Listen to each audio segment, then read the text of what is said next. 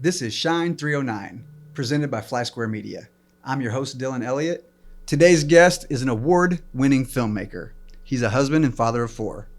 He operates 217 Studios, which is a wedding film company out of Springfield, Illinois. He also operates 55 North Creative House, which focuses more on music videos. And he's the media production manager. He's the media production manager at System Max. It is my pleasure to introduce our next guest, Philly Watts, aka Phil Watson. What's up, Phil? What's going on, man? Thanks for having me. Oh man, that intro is brutal, man. Yeah. I gotta get those. I gotta get those more dialed in. Yeah. What if you just a suggestion, do the audio for that, and then have maybe just like some candid, flattering shots of us having a conversation like this, maybe some laughter with no sound, with that audio dubbed over the top of it at the beginning. And that might be the move. Maybe even like a freeze frame of me like pulling away, me frozen with some of that stuff that you said for your guest there in the beginning. As you read it. I've considered even doing like a motion graphics template and lacing it with some stuff. Yeah, that's what I mean by freeze frame, where I freeze and then I separate from the background. There's some movement in the background. I just don't want, and again, I'm not trying to make it easy on me, but I just don't want to convolute it at all to give me any reason not to keep doing it. But like every intro takes an extra hour because it had to be all creative. Right. But no, I like that. My last guest also made a suggestion. That's part of why I think this is neat, because I know over time it will evolve and it will turn into what it turns into. Right now I'm working the bugs out and I'm still figuring out what I'm doing, man. It's a work in progress. Yeah. So, man, but before we started rolling, I'm just going to jump into a story, man. You mentioned Justin Porter Media. Mm-hmm. What did we bring him up for? The lights. Oh, you were talking about the lights. So the lights behind us, Justin Porter recommended these lights. Big shout out, Justin Porter Media. So my story about Justin, man, I use this as an example because I've seen his growth from the very beginning. I don't remember exactly. It was probably 5 or 6 years ago. He actually reached out to me to do a video for him.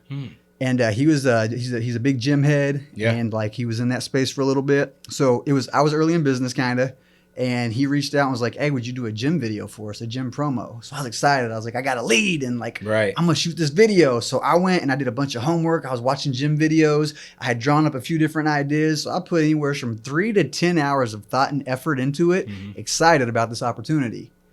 He never shopped with me. He never moved forward with this video. And at the time, I wasn't mad, but I was disappointed. Right. And I was like, dang. And looking back at it, I played myself. It was a lead. He was shopping around. He was just curious, and he didn't move forward with it. So I didn't have any reason to be mad at him or whatever, but it was my own doing. Yeah. But he went ahead and created it himself and put it out. And then so I still had my eye on him. I'm like, what's this guy doing? You know, he's somebody in the area that's doing media. And then shortly after, so a while ago back, I imagine you know, I used to do 2D work. I used to do a little bit of graphic design, and I still draw. And he reached out to me to do a logo for him or something. And I was like, oh yeah, you know, like bygones are bygones. I'd be happy to do the logo for you. So I've been rocking with Buddy since the beginning. And I've seen from that first gym video that he put out to he moved into the wedding space. And then here's what I tell people. I'm like, dude, he's the man in weddings, and he's doing this reality style wedding stuff. And not only does he doesn't just do wedding films, he does incredible wedding productions. Right. He brings a whole team out. He does these interview, documentary, Netflix style.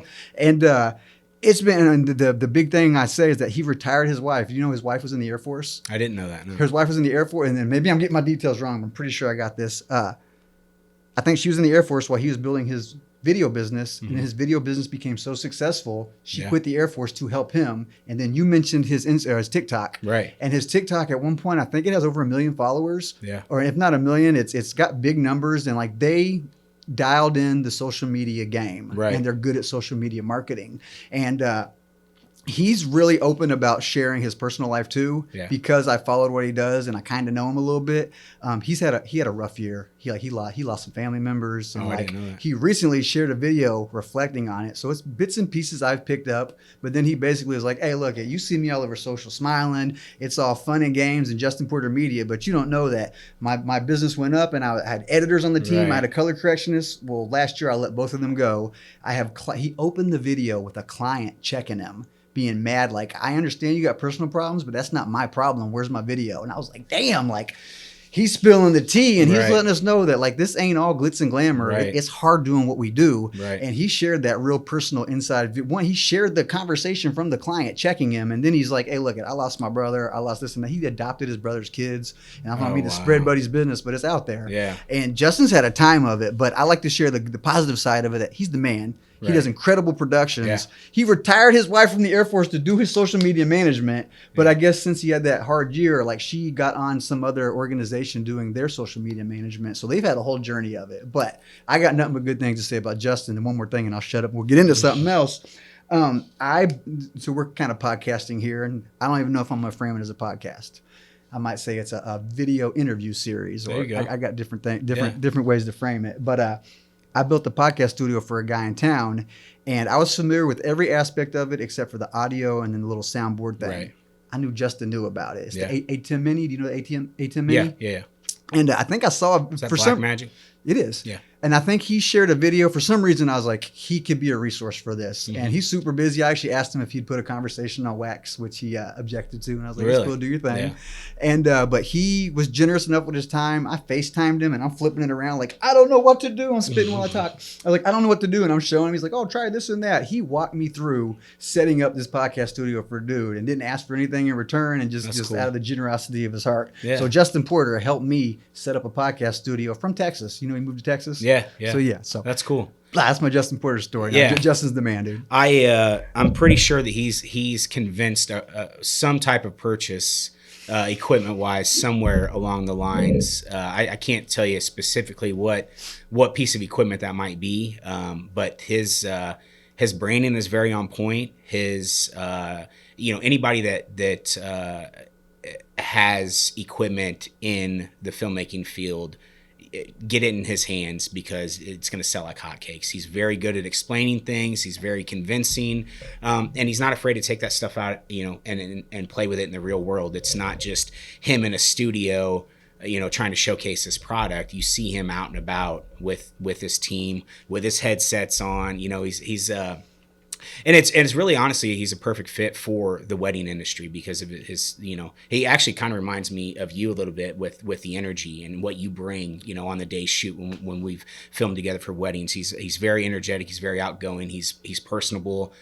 He's easy to get along with. And I think that really helps contribute to just the interviews in themselves that he does with family members are very, they just seem comfortable on camera. I like to say enthusiastic. Right. That's a great word. Yeah. And that's it's good to bring that energy and like people, vibes are contagious. Yeah, So when you're positive and enthusiastic, especially like I'm awkward on camera, believe it or not. And Same. to set people at ease. And that's what I try to do too. Like it's start talking to them when they're like when you're setting up and dialing it in. Don't wait. Like I used to early on in my journey, they'd be sitting there quiet. While Don't I'm even let setting him it up. know that it's filmed. Just start BSing, shooting the jive with them, and that's what I'm trying not to call. Shoot the shit with them, and just get them conversational. And then it's like, okay, like, oh, you've been rolling the last 5 minutes. Like, like, baby, we dialed in. Like, now let's get into it. It's like, oh, and it's all like it's a vibe. I've captured some of the greatest content, specifically like during sit down interviews. I'm not a huge fan of the teleprompter, maybe a script ahead of time to kind of give you some key points, but I'm not a fan of the reading from a script. We even went to the extent of writing on a large eraser board next to the camera, and it just never feels authentic. You're never looking, directly at the camera, which sometimes those interviews, they're kind of offset to the camera anyways, but I don't even know where I was going with that. What did we say? You're talking about being authentic on camera versus reading a script or getting people comfortable in front of the camera. Yeah. So basically, that's what I was saying is some of the greatest content that I've captured was when they didn't even know the camera was rolling. Like as soon as that camera is on a stand and it's focused in, I press record and let it roll. I might have 10 minutes of nothing there while I'm setting up the rest, while the talent may be sitting there reading over, what they want to talk about. But when they don't know that camera's rolling, that's when they're the most authentic. Right. And then I want to make this the Justin Porter hour, but like I love his approach to filmmaking, wedding filmmaking, and the way he incorporates the interviews. And he'll be the first one to say, he's like, I don't want to go get the bride doing a twirly under a tree. Right. I'd rather set up an interview shot and get grandma talking Right. about when she met the groom for the first time. Right. And then so I see like he's kind of in defensive mode, that once you're that big and you have that many followers, people are going to chime in and they're going to talk shit in the comments. And so now he's like, I get it. He's human. It's going to wear on you, and you're going to say something about it. And I was like, when you're the goat, you don't gotta explain yourself to these sheep. Right. But I get it. He's human. He's going to be like, all right, you want to talk all that smack, and he's saying that. He's like, people want to knock it, but like it's so authentic. And I guess part of why I'm doing this for legacy, I want to have a conversation on wax that people can look back on. And like for family members, like those cherished moments, when are you ever going to get that many people together again? Yeah. Maybe a family reunion or something. Yeah. But the wedding's the time to do that. You get all those key family members, and then not even for the wedding film of it, just to have that B-reel in the background on a drive one day. Like that's amazing to have that. Yeah. And I like that he encourages that. And then I'm guessing it was because of his influence. I don't do wedding films super frequently, but now when I do them, I make a point, even if it's handheld, I pull a bridesmaid out in the hallway and put a quick mic on her. Right. Let me just ask you 5 questions real quick. A few questions just to get them talking. Because one is for that legacy piece and that memento, but 2, to build that narrative inside the wedding film. Right. It just makes it so much more impactful. It actually makes my job easier editing because it gives you segues. It gives you conversation over the music. It's not just music video style cutting to the beat. Like you can show a beautiful scenery while someone's talking about their journey of falling in love, and it's just much more narrative than a music video style wedding film. So it's a really cool approach. It actually blows my mind when I hear newly engaged couples say that they're not interested in videography for their wedding, because there's so much that it captures. Not to knock photography in any way, because I love photography too, but there's just things that you capture with a wedding film that you don't with photos.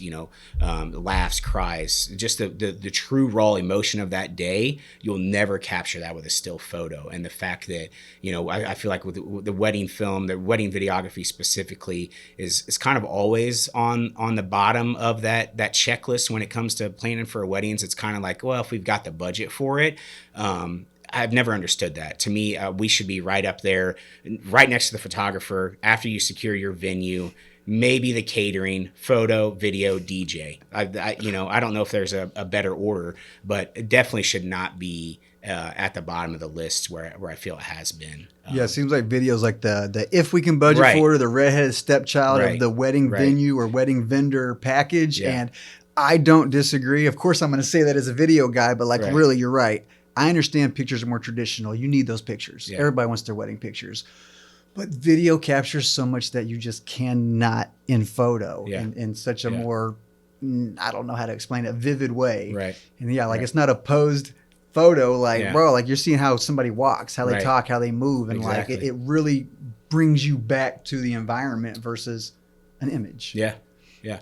10 years down the road, you can gather around as a family and skim through a photo album on the couch, or you could throw the DVD and the TV and bring back so much emotion from that day, even, 10, 15, 20 years down the road, just capturing or having that timeless film to look back on is important to me.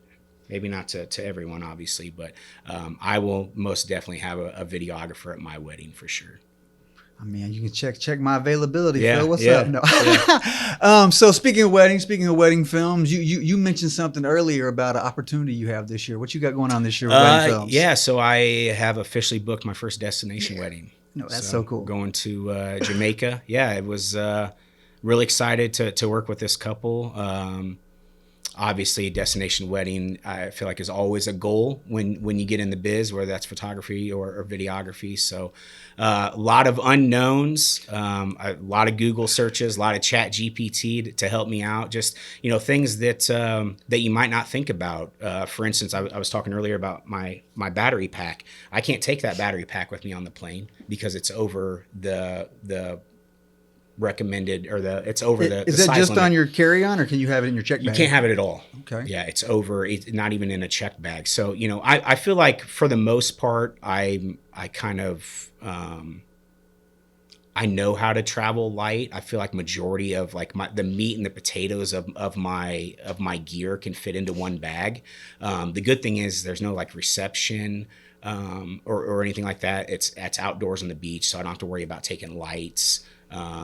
Tripods are probably going to be a little difficult, but I did do some research on that, and there's a little trick. You can actually pack them in a golf bag. Ooh, nice. And we might have to cut this because I don't know if I have my facts completely straight on it, but I think there's a discount. There's an advantage to it being a golf bag over like a normal checked bag. Speaking of Justin Porter, he was talking about, it looked like he generated it. So I don't know if you just generated it, but like, no, really, here's my media pass. Media but pass. Can you create a media pass and get Yes. some sort of discount on travel? I don't know if there are advantages to it. I haven't looked into like an actual discount, but I know that can allow you certain access to areas with that media pass. But yeah, even stuff like that, like me having to reach out to the wedding planner at the resort to get the details. Where can we film? Where can't we film? This couple was real strong about having drone footage. Found out we cannot fly the drone on property. So I've looked into Jamaican drone flight laws, things like that. There's just a lot of little bits and pieces. Will you be able to like take them offsite maybe to get something afterward, or is it like it's off the ticket now? So them and that's a thing where it's like with U.S. law, private property owner, the FAA controls the area, right? The airspace. So if I were to fly from a different location over the resort, there wouldn't be anything that they can say. Okay. But taking off from the resort could be an issue. I'm gonna go outside real quick. Right. I'll be back in 10 minutes. Yeah, and so we've planned. We're going to be there for 3 days, so we've planned a little bit of going out with them. Some people say it's not a good idea to go off resort. I've heard some horror stories, but I feel like you're always going to come across those when it comes to traveling places. But yeah, it's going to be exciting.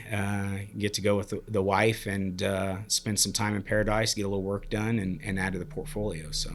No, that's the dream as a wedding videographer, to get to travel to exotic locations, to do something you enjoy. Yeah. And that's awesome. I'm glad you get that opportunity. Yeah. And the crazy thing is it came from a wedding expo, first wedding expo I've ever done. And I landed a destination wedding. So I would say I got lucky. No, that's the move. That's so cool. Yeah. I had sort of a wedding destination. Well, it was a local couple who their destination was the Smoky Mountains of Tennessee, the Gatlinburg area. Yeah. And I think, that was my first experience there. And then after being there, I was like, we went back as a family a couple of years later. Yeah. And it was cool. It was really neat. Did you go see the BMW? We did not. What's the BMW? I might be wrong about this. I think Gatlinburg, there's like a famous BMW that's parked. Let me verify that. But there's a BMW sedan that is like reversed into this weird driveway that has become famous in itself just because of how long it's been sitting there. So like I've seen TikToks where it's gone and then make a big deal out of it. Like the car, it's gone today. It's gone today. So yeah, I'm pretty sure that is Gatlinburg. It was super touristy. Like I remember before I'd ever been to a beach, I was excited to go to a beach. Yeah. And like it's neat, but then like if you go to another beach, and then maybe beach people like, not all beaches are the same. Right. All beaches are the same. It's the ocean, the sand, and then you go and there's the strip, and there's like touristy stuff, and like it's a tourist trap. Yeah. But it's a beautiful tourist trap because I lived in North Carolina for a little while, and I used to drive back home to Illinois, so you drive through the mountains. Right. Driving through the mountains and spending 3 days in the mountains are wildly different experiences. Yeah. And I've driven through the Rockies, but we're discussing going to the Rockies to experience them versus driving through them. And it was great. And we looked and everybody's like, oh, you'll see bears. We're on like day 2.5, day 3 or whatever. We hadn't seen a bear yet. And it was like, my little boy was like, that's surprising. I think my little boy was 4 or 5, maybe it was day 2. My little boy was like 4 or 5. And the whole way up, we're like, we're gonna go see bears. And he'd wake up and go out on our balcony. And we're like, what are you doing? He's like, I'm waiting to see a bear. I'm like, oh, a bear's not going to just walk up. Maybe it will. So we're sitting there waiting with him, watching. Yeah. And then before we left, we ended up having 3 different encounters with bears. Yeah. And the first one was crazy. Look at, so we're in Tennessee, and I already shot the wedding. And then wait, I'm mixing these up. Anyway, we're in Tennessee, and I got my drone. I'm like, finally, I got my drone. I'm gonna get some drone footage. So we're walking down the stairs outside of our building, and I got my drone in hand, and my lady and my kid are in front of me, and we turn the corner. And we just freeze. We're in shock. 20, 30 feet away, okay, maybe 50 feet away. It wasn't very far, maybe 10 car lengths away. A giant mama bear with 2 baby bears pop out of a bush. Oh, yeah.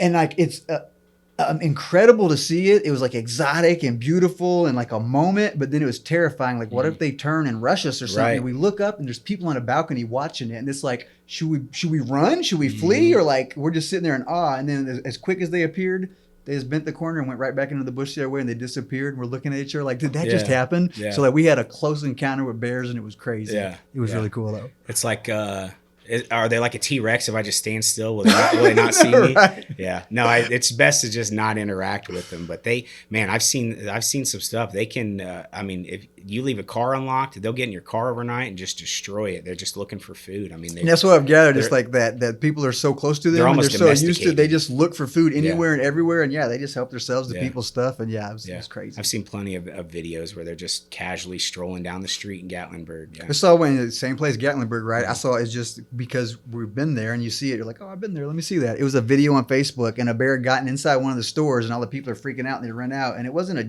baby, but it wasn't a full grown one, like a teenage bear. And it was a big old bear though, like almost the size of a Volkswagen. But like he was in the store and people are all there like surrounded outside with it, and they're like, get back, y'all, like people are gonna come to try to get the bear out. But like, can you imagine living down there and every time you turn around there's bear encounters? It's like a raccoon around here, it's just Have you been to Miami? I have, yeah. We just went there a couple months ago. When we were in Miami, looked up and we saw giant iguanas hanging out. And I'm like, I told my kid now, I'm like, dude, they're like squirrels down there. Like they're just in the wild hanging out. You look over, and we were on a pool and there's a fence. Yeah. On the other side, we couldn't get over there. I guess they knew like, oh, well, people are over there. Right on the other side of the fence, there's 2 or 3 iguanas just hanging out and getting some sun. And like, they're not little. They're midsection, this big around, and their tail, they're probably 4 to 5 feet. There's huge iguanas just hanging out in Florida like squirrels do up here. Yeah. Yeah. Miami's a vibe. We took a family vacation down there just a couple months ago, and a lot of culture down there. Like I said, completely different vibe. We realized that we weren't in Illinois anymore when we checked into our condo and went downstairs. First thing the kids want to do is go swimming. So we went up, checked in, went to the condo, got our swim trunks and stuff on, made our way down to the pool, and we walk out the double doors to this pool area. And there's a little kid, he's probably 4 years old, looks at all of us, white as can be, and goes, "Oh, gringos." And we're like, we're definitely not in Illinois anymore. We're a little out of our element here. But it was I think it was a little overwhelming for the kids with the language, because there's just so much. And I'm not talking any specific language, but like at any given time in that elevator, it wouldn't be out of the ordinary to hear 2 to 3 different languages of family members having a conversation, because the entire time we were there, the main elevators were down. So everybody had to use, what do they call it? The service elevators. So there's like 30 of us in this tiny service elevator, because it's one up and one down. And I mean, this condo building is probably, I don't know, 20, 25 stories. So imagine the amount of people that are there on a Saturday with one elevator. But that's my only complaint. Aside from that, it's very fast moving. Miami is it's not as slow paced as here in Illinois. Everything is go, and All right, so I got a quick Miami story. So I was prior service. Mm-hmm. When I got out of the Army, I had a bunch of leave saved up.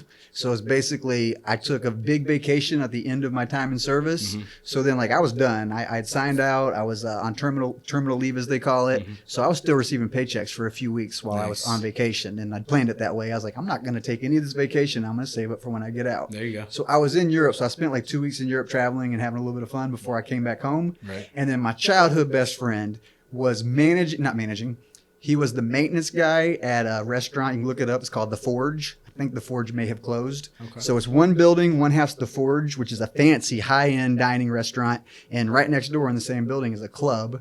Forget what the club's called. But he was the maintenance guy. So he knew all the internal operations. He knew all the managers and the owners and everything. And it was a neat gig for him. Yeah. And then he had a little condo that was...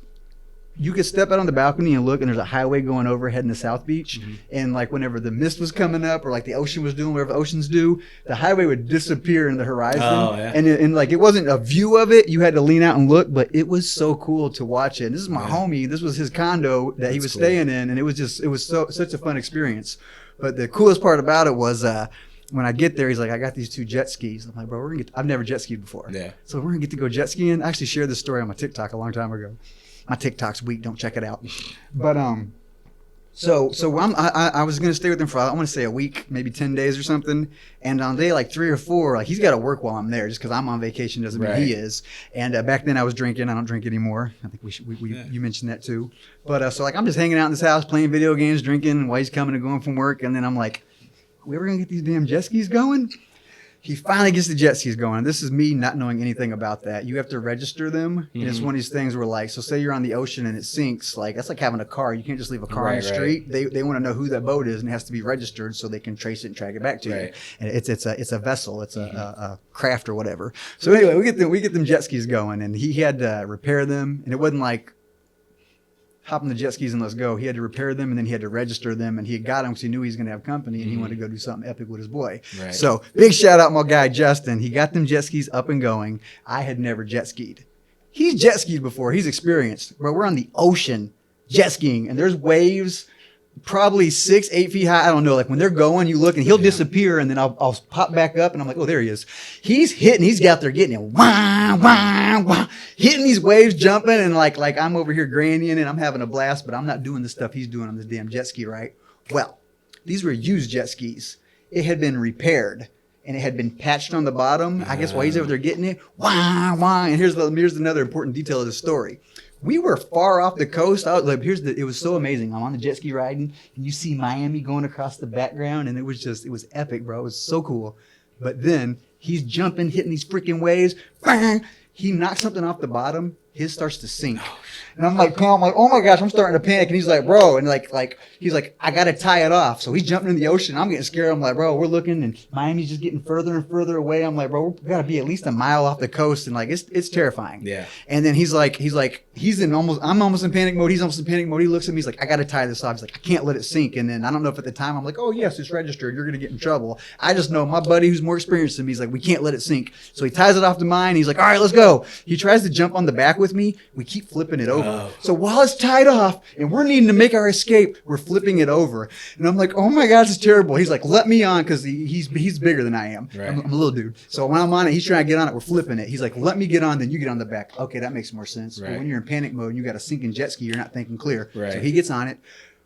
I jump on the back with him, and then I'm riding in with him. It's all awkward. I'm on the back of his jet ski, and we're going up, and we keep looking back, and it's submerged, and we're dragging it. And then we finally get to the shore. We're beat. We're tired. We're exhausted in that. I can't believe this just happened. A film crew runs up on us. A guy with the camera runs over, a dude with the clipboard, and another guy. They're like, we're from True TV. We just watched this whole thing go down. Shit. Can we interview you? We're panting because we just came up out of the water. Like, we're still like, what in the world just happened? You stick a camera in my face. We're like, oh, this is cool. Sure. So we signed this little waiver, and they're interviewing us. We're cussing. We're dropping F-bombs everywhere. We effing this and that. We effing that. And then this SOB and woo, woo, woo. We cussed up a storm. After the fact, when we were reflecting on it, we're like, bro, they're never going to air that. It'd be beep, beep, beep, beep, beep, or blank, blank, blank, blank. And anyway, though, it was wild. So whenever I think of Miami, I got a couple of experiences down there. Yeah. But I was fresh out the Army. I was visiting my buddy. We almost sunk a jet ski, and it was terrifying. That's crazy. It was cool. But they were just hanging out on the beach? Like, I think they were... I don't know what they were doing. Yeah, True TV was on Miami Beach, probably just feel like looking for a story. It might have aired. Do you know if it actually ever did? Because True TV is very, from what I remember, was very raw. And then they did like the lizard lick towing, and weren't they kind of a raw network there for a little bit? You might be right, and maybe they did. It was something that we never had any follow up, and I didn't know where to look. I didn't know where to look, but yeah, no, True TV stuck a camera in our face and made us sign a waiver, and then we never heard nothing else about it. Crazy. So if anybody out there knows True TV and there's a jet ski sinking and a couple guys ran up on the coast cussing, it might have been me. Yeah. That's interesting. That's cool. No, it was fun. I didn't know I was gonna get excited and tell the jet ski story, but that was a time. Well, so yeah, that was an epic tale from Miami. So let's rewind a little bit. 55 North Creative. Didn't you used to do videos under 21/7? But then, like, so what, you're trying to like rebrand, or you want to separate your wedding films from your other creative endeavors, or tell me about that? Yeah. So 21/7 Studios has kind of been like the mothership, if you will. Kind of from the start. I've had a couple different, production names, but 217 Studios was definitely one that stuck. It's hard naming something, isn't it? It is. It was very hard. And it's just a play off the area code, 217. It's just a different way to say it. But I've run into a lot of times people will, even though it's spelled out 217, people will still say 217 Studios. That's one thing that I've run into that I wish I would have thought about when I was going through that process. But it's just something unique, and it still kind of paid homage to the home area code. But anyways, so it started with that, and it was just music videos with 217 Studios. And then I had some friends that were recently engaged and asked me if I was interested in shooting their wedding. I never had filmed a wedding before. I think I had one, maybe two cameras at that point. One that was, the second one was probably nothing. But so anyways, ended up filming it for them.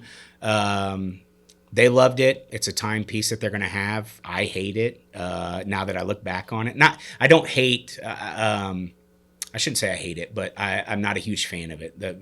Looking back on what I know now compared to what I knew then. But so yeah, the break happened when I had an opportunity to kind of get into the commercial space when it comes to video. So I had an opportunity from an old friend of mine that I actually worked with at a pizza place in high school.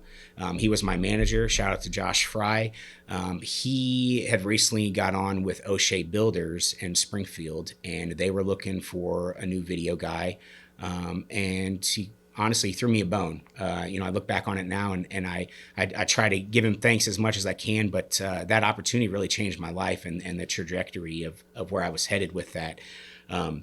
And so as I started to get more and more of the commercial business, I felt like there needed to be some separation between that 217 Studios and the commercial side of things, because I had those rap videos that were on my YouTube that I don't necessarily want a potential commercial client to see. It's not what they're looking for. Although those rap videos are what got me the job with O'Shea, like the creativity and the faster paced movements and things like that, and just being a younger guy, coming into that construction world and just giving it a different look and feel to what they were used to. But I still felt like there was that separation needed, so I actually started another company called Media Spark Creative. I remember that. I saw when you had the billboard up, and I was like, "Damn, look at Philly Watts down there doing his thing." And then shortly after, I think maybe you got on a Systemax. Yeah. So the funny thing is that billboard was up for like 2 weeks before I saw the job posting from Systemax. So I had no intention whatsoever of working for somebody else. I mean, I literally had just put that billboard up. O'Shea was on as one of my main clients. Things were looking good. The music video stuff was still going on, but you know how that is. A couple $100 a pop, nothing to survive off of, obviously. But yeah, and the job posting came up for a videographer for Systemax, and I applied, and they offered me the position. So kept on with the 217 Studio stuff on the side. Now that's mainly focused more on the wedding films. I'd say over the last 2 or 3 years, it's been strictly wedding films under that 217 Studios brand. But then I was missing that creative outlet for music videos. That was something that I started with doing. I loved how creative you can get with it. There's that fine line in corporate video that you kind of got to stay within those boundaries of you can't go too far. So with music videos, that was my outlet. I could do the crazy effects. I can, shoot different ways that I normally wouldn't do with corporate stuff.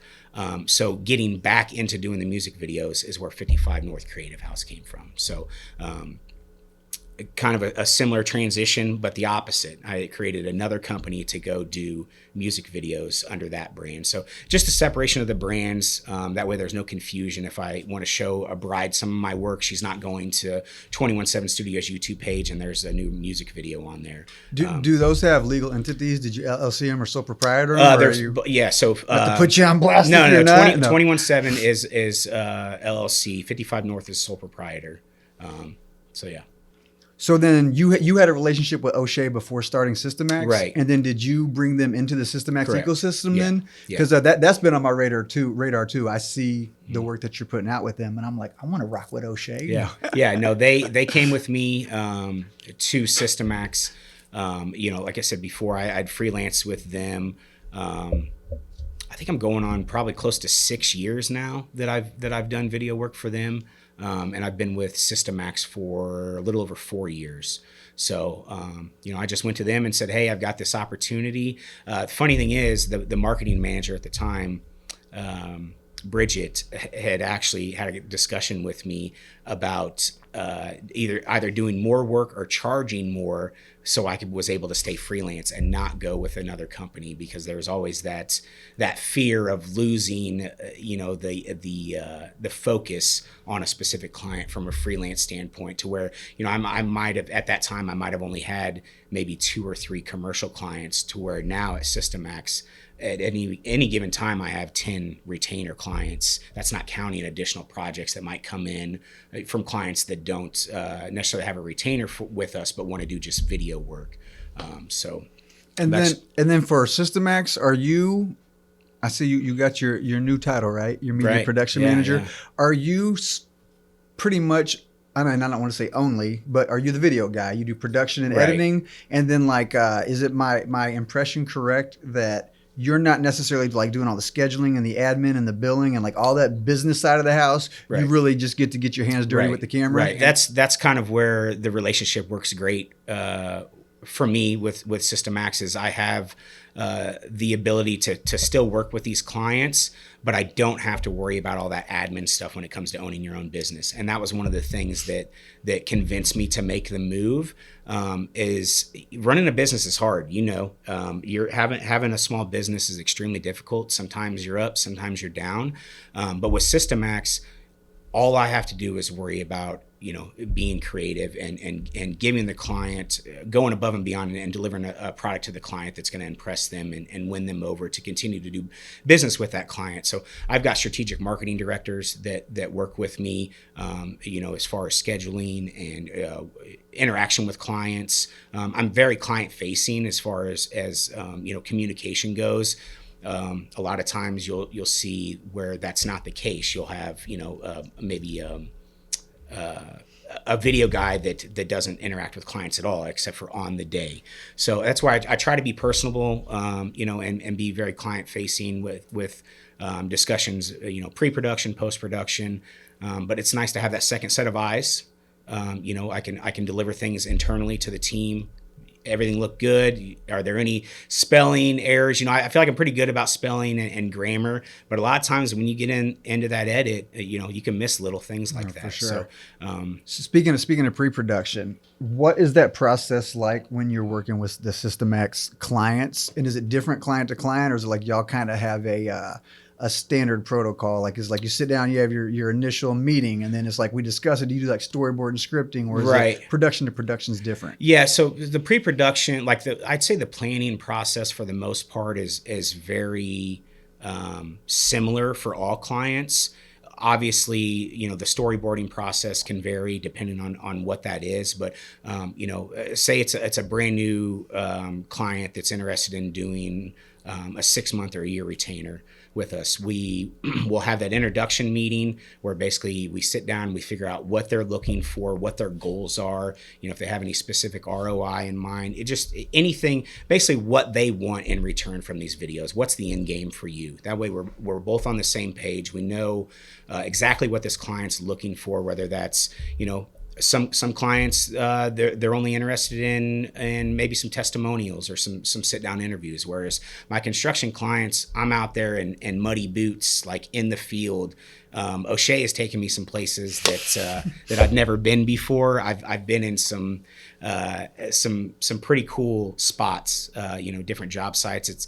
It kind of reminds me of the guys that carry around the aluminum ladder and a hard hat, and you pretty much just get in anywhere if you're carrying a ladder and you have a hard hat on. It's similar to that when I'm wearing my hard hat and my camera. But yeah, back to pre-production. It's I'd say it's pretty similar across the board. but I've got a team of graphic designers, my two strategic marketing directors. They're always there to assist in any ideas. I can come to them and say, this is what the client's looking for. How can we be creative? How can we wow them? How can we deliver a product to them that they're going to love and come back for more? I might want to, I've said this to you before, talk to your boss, whoever owns Systemax, Right, yeah. because y'all are operating on a level that I'd like to. Mm-hmm. I stay busy, I stay consistent, but I don't have 10 clients on retainer Right. per year. And I didn't know until talking to you recently that they're not just that's going to get blown out and be fun. Yeah. They're not just I thought they were just a video production company. No. Actually, the marketing agency side of it is the smaller side of the business. The marketing agency, specifically video, is probably, I'd say probably less than 6 or 7 years old as far as having an in-house videographer. I know that they had dabbled in it before, and they had done some freelance stuff, and then I think they actually brought on a freelancer, which is who I replaced when he had moved to Colorado.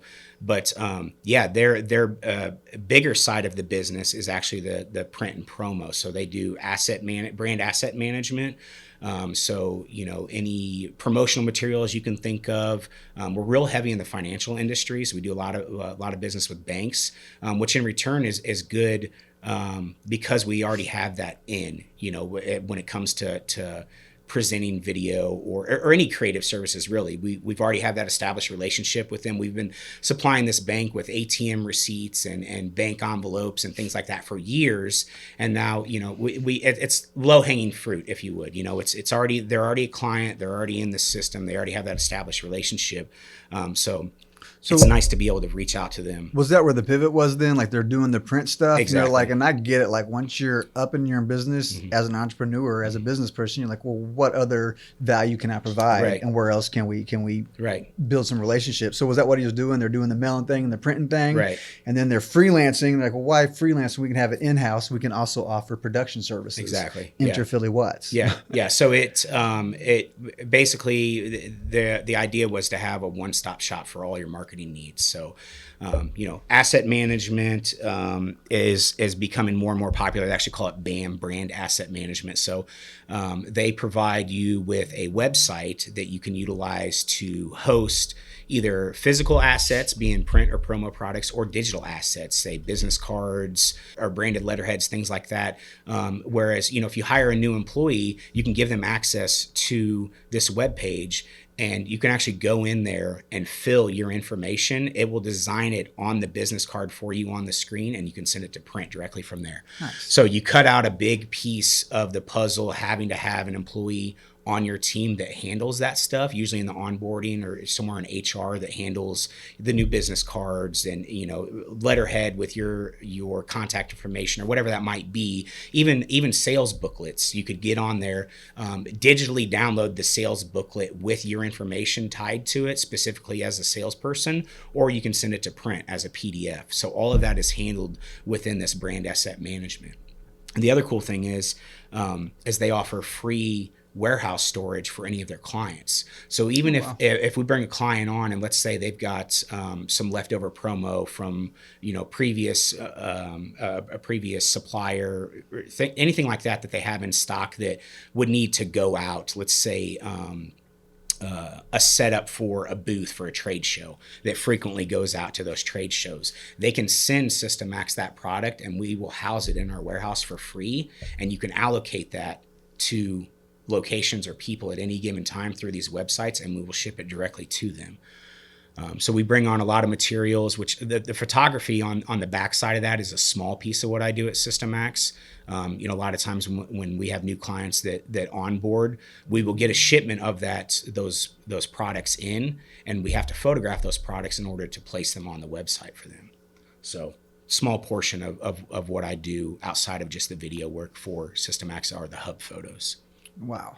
Yeah, they do a lot, huh? That's awesome. Yeah. So then you just renegotiated your contract, is that correct? Right. Or and you got a new title? Yeah. So and then, so what's your future at Systemax looking like? You just keep doing it and building and growing with them? Basically, this pivot is allowing us to scale. at this point when it was really just me from, the pre-production planning with assistants, but to the filming myself, the editing myself, the delivery, everything was me, and it has been for 4 years.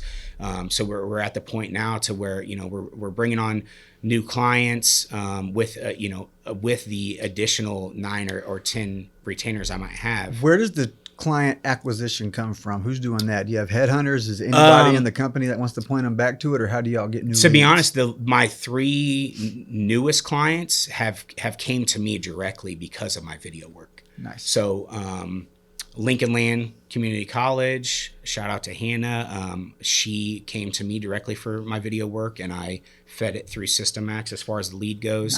Nice. B&B Electric is my newest video client, and they're a fairly large electric company in Springfield. That's actually my neighbor across the street is the vice president. So nice. That came to me directly, and I fed that through SystemX. But yeah, they do have a whole sales team. We do business around the world.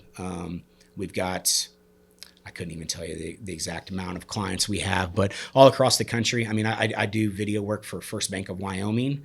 They are a larger part of Glacier Banks. So that has led us to other video work underneath that Glacier Bank name, because we've, First Bank of Wyoming was happy with what we've done. So there's another bank that we might get a shout out. Who are you guys using for video work? No, so sure. A lot of word of mouth recently, but yeah, we do have sales that is able to push those services along with the print and promo. When you mentioned bank, this is kind of off topic, but we're talking video and shop. Yeah. I mentioned Blake Ransom. Blake Ransom was a local wedding videographer guy that I established a relationship with, and I worked with him a couple times. Blake applied for a job at Busey Bank, and I guess whatever the position was, when he went in there, he wowed them, and he just through that discourse, through that conversation, they're like, "You're way overqualified for this." I don't remember if they're like, "Well, let's create a position for you," or they're like, "Actually, you'd be better served over here." So right. big shout out Blake Ransom. He's a fantastic videographer, but he pivoted out of the commercial space and out of the entrepreneurial space to he's like the guy that does video content in this region for Busey Bank. Yeah. And he didn't disclose what he makes, but he's joked about like, if I don't never shoot another wedding again, I don't care. And like, right. well, he was charging a decent amount for his wedding films at the time too. So I think he's doing well working for Busey Bank. And it's just neat knowing that there's opportunities out there. And like, even if you're doing the independent work, that there's big opportunities with big companies, right. and like there's always a pivot available. And sounds like SystemX is really doing it over there. That's awesome. We're like going back to the Busey Bank thing. We're like we're that stop right before a company would need an in-house person. It's like they're not quite there yet. They want to do that much marketing as far as, maybe it's video content, maybe it's graphic design. So having that creative agency, they're able to access all of those services for a lot of times less than what you would pay an employee salary for that 1 year. So you get access to the creative services, the print and promo, all of that. But it's literally we're that step before someone's like, okay, we're doing enough of this, let's get somebody in-house to do it. But we also have the opportunity, that it's kind of my goal for 2025 when I talked about scaling this was kind of the pivot to make that happen, is, now we can offer services as a production house as well. So if we have another marketing agency that's out of town that has a client in Springfield, they're able to call us and we can shoot that locally. It's 9 times out of 10 going to be a lot cheaper to hire us out than it is to send someone from their company across the country with all of their equipment. Right. And you've got a trusted team. You can see the work and see what we've done in the past. But just having the ability to grow with this pivot, at first it's probably going to be some outsourcing. I don't think we're in any position right this second to bring on another team member, but we're right there to where it's like we either need to fall back and just keep Phil doing all this, or we need to push forward and bring someone else on. So it's going to happen. So you mentioned 55 North. What's the future of that? What are you doing with that? Is it just the creative outlet on the side? You're not chasing it, or just as opportunities come up? Yeah, it's really just a brand to house my passion projects. You know, I'm at a point now to where, you know, I'm not chasing the music videos. I'm not chasing the money. Obviously, there's not a lot there when it comes to local artists, anyways. But it's nice to be able to be very selective on, you know, how I pursue that avenue. Whereas, you know, that was a way of putting bread in my pocket back in the day, and now I can. And the way I say it too is, while I was shooting music videos, I was learning how to use my camera. Absolutely. I was learning to get competent at video production. Absolutely. And at the same time, you're learning business, and it's not as formal or as I don't want to say regulated, but it's not as legit. I mean, you can take it to whatever level you want, but it's a good starting point. And we had similar starting points with that. I've seen your recent project with this Ronnie, used to be AKA Pitch White. Yeah, Ronnie Hunt. Man, the funny thing about that, what was the song back in the day? Good Man, Bad Moves, maybe? That was one of them, yeah. That was one. I had heard the track ahead of time, and I was still shooting music videos. Mm-hmm. That might have been right around the time you got on my radar. Probably, yeah. And sounds about right. I right. may have reached out to him. I don't remember. Maybe I had thought about it, similar to the Justin Porter thing. Mm-hmm. It was like early in business, right? Like any lead or any opportunity I get excited about, and then if it fizzle off, like there'd be disappointment, or there'd be, well, now what am I going to do? Right. And I wanted to shoot that, and when y'all put it out, I was like, oh, okay, I see you over there. Yeah. But yeah, so I mean, I remember that. Even that one, I'm like, the grade's off. It's there should be a little under contrast here and there, but I mean, it's all stepping stones to get where I'm at today. So not try to beat yourself up too much over it. And I saw the studio session y'all put together. Yeah. And I get it. Like, you're just fun hanging out in the studio, and it's different. What you're doing now is different than what you do back then. Like, you get the B-roll, you make it more of an experience, more environmental. And, and I got my eye on you. I like the work you're putting out. That's you know, one of my favorite parts about it is you know, hanging out. I could shoot studio sessions all day long. You know, if the music's good, whatever's being creative, just being in that creative environment, capturing that, you know, conversation between artist, producer, just the whole vibe for those studio sessions. You know, if I could make a living off filming in the music circle and music in general, maybe not even music videos, but just like these vlogs or the studio sessions, if I could make a living off that would most definitely be the route I would take. If I could, you know, say Ronnie, he gets his big break. He better hurry up because I don't have much time left. But he gets that big break, you know, and being a traveling videographer. Obviously, I've got a wife and kids at home, but you know, let's get it to a point to where I can afford a bus and bring them with me. Let's do some traveling. Right. And, you know, just being, music is really where it started for me. That was the, you know, with graphic design to beat making. I used to play around with Fruity Loops a little bit. I don't know if you know that. I know Fruity Loops, but I know you do. I might have Philly Watt Productions music back in the day, DJ Philly Watt. So yeah, that music has always been in my blood. And it's nice to be able to have this 55 North as a creative outlet, but not be pressured to sell it. To sell 55 North as a brand. It's literally just a home for the passion projects. It's interesting too that I think you said your music video work is what got the attention of when you got the O'Shea opportunity. Mm-hmm. That was early on. Maybe I was naive or looking at business through the wrong lens, but I felt like my production would speak for itself, and that somebody that had other interests would see it and be like, oh, well, it might be music videos and party shots, but I see that, oh, he's capable of doing a solid video production. Let's give him this opportunity. Yeah. And then I talked to some more established business people, and they're like, some people are going to be completely turned off from that. Like, you got to separate yourself from that. If you're really trying to move into this sector and this space, you can't be running around with people smoking blunts and drinking 40s. Yeah. And at the time, like, I saw the logic in it, and I didn't want to hear it because I was like, well, I see the opportunity in both. But I get it. If you're running around promoting one thing, it's kind of hard to dive into the other. Yeah. Yeah, and that's exactly why that separation happened with 21/7 Studios and Media Spark Creative in the beginning, was having the ability to showcase my talent here strictly for corporate video, business video, and then my talent here for music videos. And I had just started dabbling a little bit in wedding films. I probably had maybe 5 or 10 under my belt at that point, but I still, you know, to this day, having that separation between wedding film and corporate video. Not even with the idea that maybe somebody might see a rap video of somebody smoking a blunt that would turn away a corporate client, but just having that separation that shows your expertise in both fields. It's not a mixed genre, so you're able to direct your potential clients, whatever that might be, wedding film or corporate, to those separate brands. And there's no confusion. You've got a YouTube channel that's strictly for this type of client, and another outlet or social media channels that are strictly for this type of client. So, and I'm still in that space. I operate under Fly Square Media, and you can go, and I do wedding films. Right. I don't gun for wedding films particularly, and I don't market hard for them, but I will do the occasional wedding film. Right. Which it was a little bit different, because I still do market for 21/7 Studios a lot. So I wanted to make sure there was a clear separation between what that brand was or is now. What it started of. It was all over the place from what I would post on that YouTube page.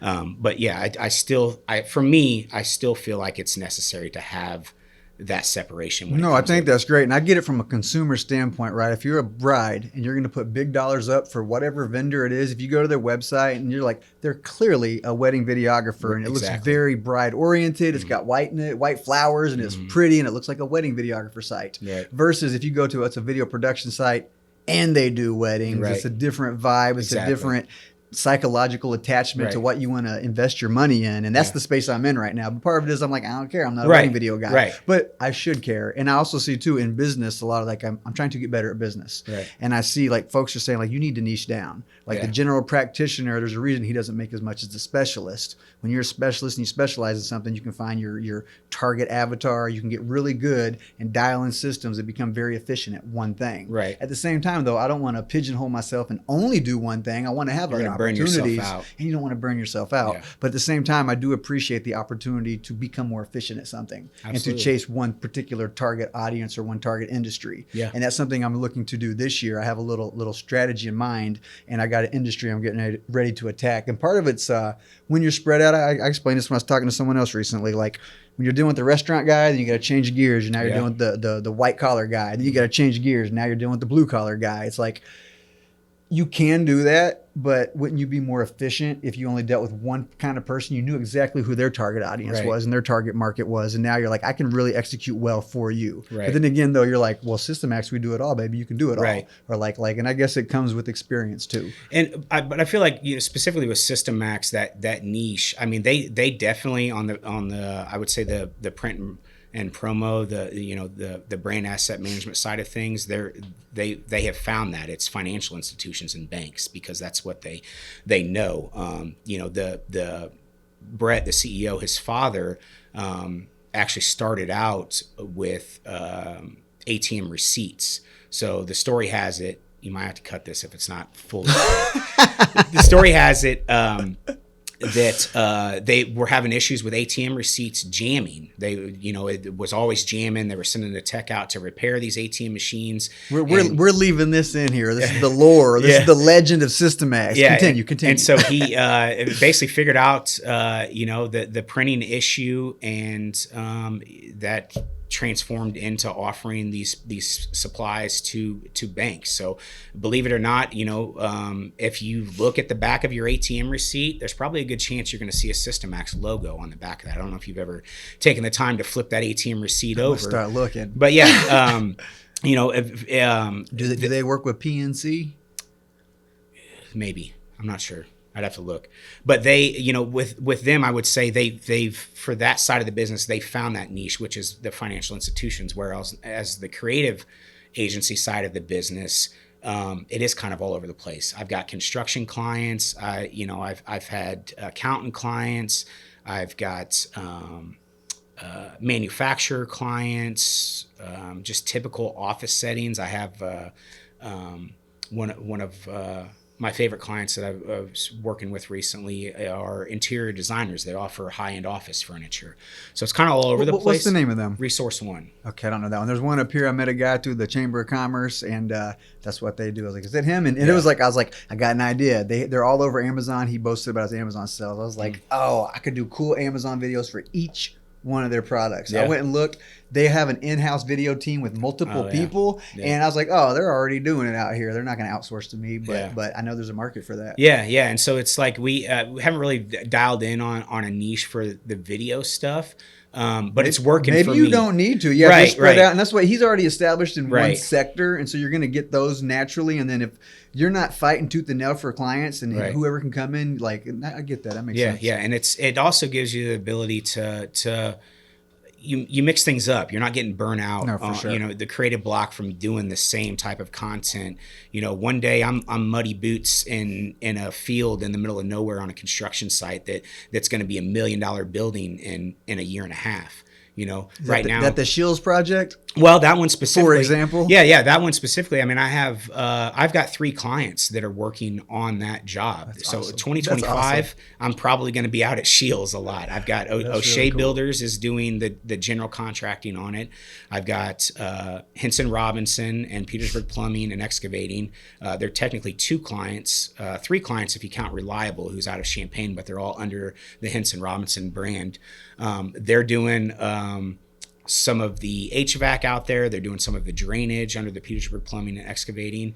And then I also have B&B Electric, who actually I mentioned my neighbor across the street, Mike Curry, who is the vice president. He actually designed all of the lighting schematics for the entire area, which is really cool. I didn't, being your neighbor, we never really got into those conversations, but like, this is big. Like, it's definitely something that I want to speak about in these interviews. But each of these clients, we're talking at least a year worth of content for this specific project for 3 separate clients. That's so cool too, because you get to obviously document that journey. Right. But then once it's up and running, it's doing its thing, and be like, I was there from day one. Yeah. I documented it. I created all that content, and that's something I take pride in. Like, it used to be like, again, shooting music videos. Oh, I shot something over there and there. Right. But like now, I'm not super established in where I want to be, but I've been doing this long enough. It's cool that I can drive around town, and I've shot all over town, venue after venue, business after business. I'm like, I've really planted some roots here, and I've done some really cool things within my community, and it's enjoyable, or I don't know. I get pleasure in just knowing it. Like when I was a kid, I never would have thought when I was riding my bike around Bloomington, I wouldn't have known that I'd shoot a project there. I'd be up on that roof over there. The owner and the president of that company let me buy. You get in some crazy places when you got a camera in your hand and you know the right person. I've been some places inside the Illinois State Capitol that you would never be able to walk into just as an average Joe. I mean, I've been up in the rafters. I've been on the roof of St. John's Hospital, literally under the cross on St. John's roof. And back to the Shields project, that's something that I'm going to be able to point at when the kids and I drive by for years to come. As of right now, who knows, this could change after it's built very shortly, but as of right now, it will be the largest indoor sports facility in North America, which is huge. And one of the guys had mentioned during the interview that one day you're going to go to work, and because it's an inflatable structure, one day you're going to go to work and you're going to come home. On your way home, you're going to see this thing up. Like, it's just not going to be up in the morning, and then you're going to have a whole building, literally a huge building that they just inflated in a day. So is that going to be a sports complex, or what are they doing there? Yeah, so it's a sports complex.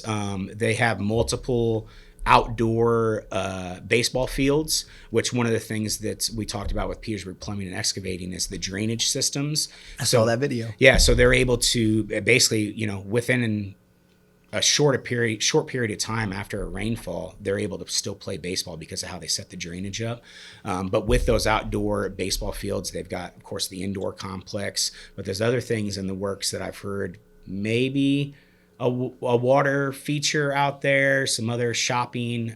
It's really nice because that area specifically, it was kind of stagnant there for a few years. When Shields went up, there was restaurants that went in, the shopping mall out there, and then I feel like it just kind of fell flat. I don't know if there was a hiccup in construction or just the planning for it, but I feel like it's back in full swing now. There's a Shields down there, right? Yeah. Is this right next to it's it, or right is this behind a different? It. Okay, because my lady travels for her job, and she's been there, and she's showing me pictures. Like, there's an interior fish tank that's like Yeah. a wall, Yeah. and I haven't seen it yet. I've only seen pictures. And then because we've been meaning to get down there, we gave our kid a Shills gift card for Oh, that's Christmas cool. as an excuse that we're gonna go spend the weekend in Springfield and go swing by Shills. So Yeah. I'm yet to see Shills. Yeah. I know about because my lady's been there. My kid has a gift card for there, and you're filming the new facility that they're Yeah. building. Like, bro, I gotta get over to Shills Yeah. and check them out. So it's Shield Sports Park. The dome itself is actually going to be Springfield Clinic. They're the major sponsor for that, so it will have Springfield Clinic in the name for the dome itself.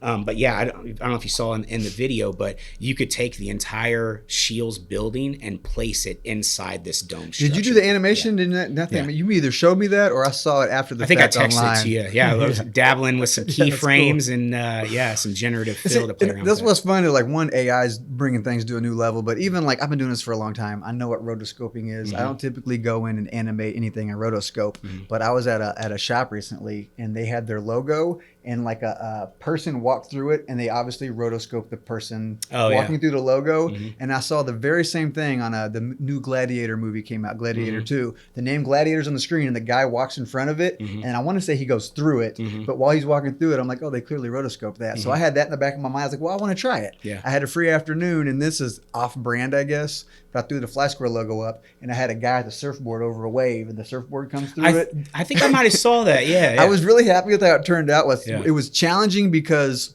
he has his legs and there's like the surfboard and I had to go in between his legs and then it's literally frame by frame rotoscoping and I think there's 3 solid seconds of it, which 24 frames a second. Yeah. There's almost 75 frames that I had to click and move and drag and click and move and drag just for a 5-second video. Yeah. But it was so rewarding when it was finally done and I looked at it, I'm like, well, that was fun. Yeah. So like I'd like to add that to the repertoire of things I could do. You'll see some of that masking similar to what you're talking about with the logo and some of the O'Shea videos that I've done, like the documentary style. One specifically was at the Decatur Amphitheater. The guy on screen actually walks in front of, and the O'Shea logo disappears as it walks by. And I literally I don't even I don't use rotoscope inside After Effects. I literally just mask inside Premiere with keyframes. So the rotoscoping, I've played with it recently. It's a game changer now. I mean, with the advancement with AI and like you can literally do a garbage trace around that person or fill it in that rotoscope. You know, if it's a good enough contrast between that person and the background, you almost don't even have to make any adjustments. I was doing it super manually. I need to tap into the AI side of it. Yeah, I mean, just with the rotoscope tool, you just trace your area and then let it do its thing. And you make a note. I'm gonna look up a tutorial later. Yeah, no. 9 times out of 10, it hits it. It might be a little bit. Actually, I did it recently with Henson Robinson. They are handling the HVAC and some piping at the new Tillamook facility in Decatur. So it's a new ice cream facility. I don't know if you're familiar with Tillamook at all, but they are a company that does dairy. So they have they're like a Prairie Farms, but I believe they're from Oregon. But I did a similar freeze frame where I had to rotoscope him out. So as I introduced the gentleman, he freezes, pulls away from the background. There's some movement in the background. His name pops up. But that was done inside of AI with that rotoscope. Or inside of AE, I mean. Oh, it was After Effects. Yeah. Okay, I was gonna say, is that Premiere? But okay, No, I got you. Yeah, that was in After Effects, but that was early on too, right? Like I was like, you as a business owner, as a video person, you got to wear so many hats. You're not in Hollywood, and you're the second camera assistant. Right. All you do all day is pull lenses out, clean lenses, and here's your lens. Right. Or you're not just sitting there pulling focus on the side of a camera on a big rig. Like, right. You got to do camera department, you got to do editing, you got to do All of pre-production, it. you wear a lot of hats. Where's I going with this? Oh, so early on in it, right? I'm like, well, I'm a production guy. I was like, well, people are operating at a much higher level if they're also doing After Effects and motion graphics. And then I'd see it and I was always not jealous, but I felt like they're operating beyond my scope of ability. Right. It's like I need to get to that level and be able to do motion graphics. And I'm not great at motion graphics. I typically will do like a template and then I'll modify it to what I need to, or I'll rotoscope. I'm getting better at it.